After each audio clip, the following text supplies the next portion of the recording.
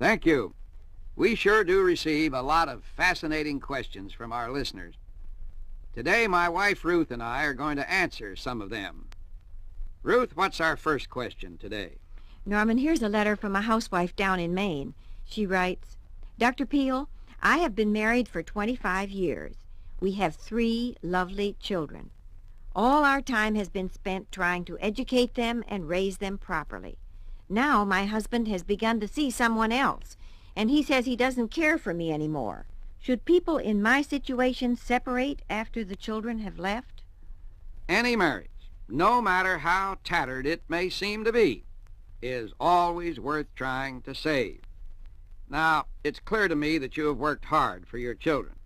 But have you given enough thought to the prospect ahead of you personally? Are you the alert, attentive wife your husband needs? Your innate strength and confidence and your wisdom are needed more now than ever before. Norman, I think there's something else that you should say to this woman. She should study her husband and what his needs are, and then she should supply them.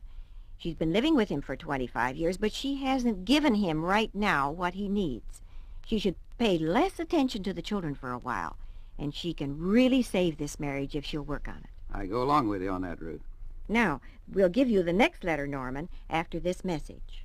I'll be waiting with interest to hear how you answer this young lady from Santa Barbara. Dr. Peale, I think your ideas on marriage are undemocratic. You would lock women into a mold of subservience. How old-fashioned can you get? Quite a snappy young lady.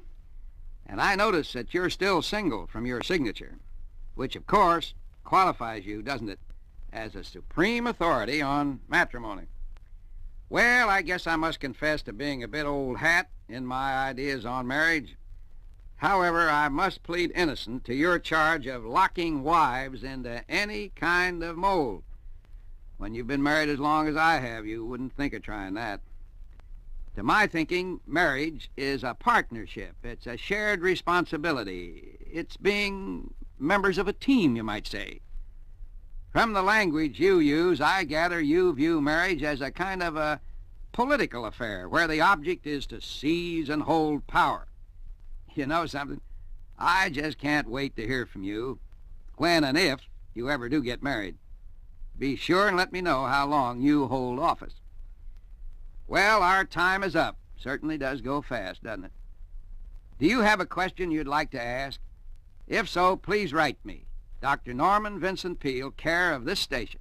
And Mrs. Peale and I will try to answer as many of your questions as we can on the air.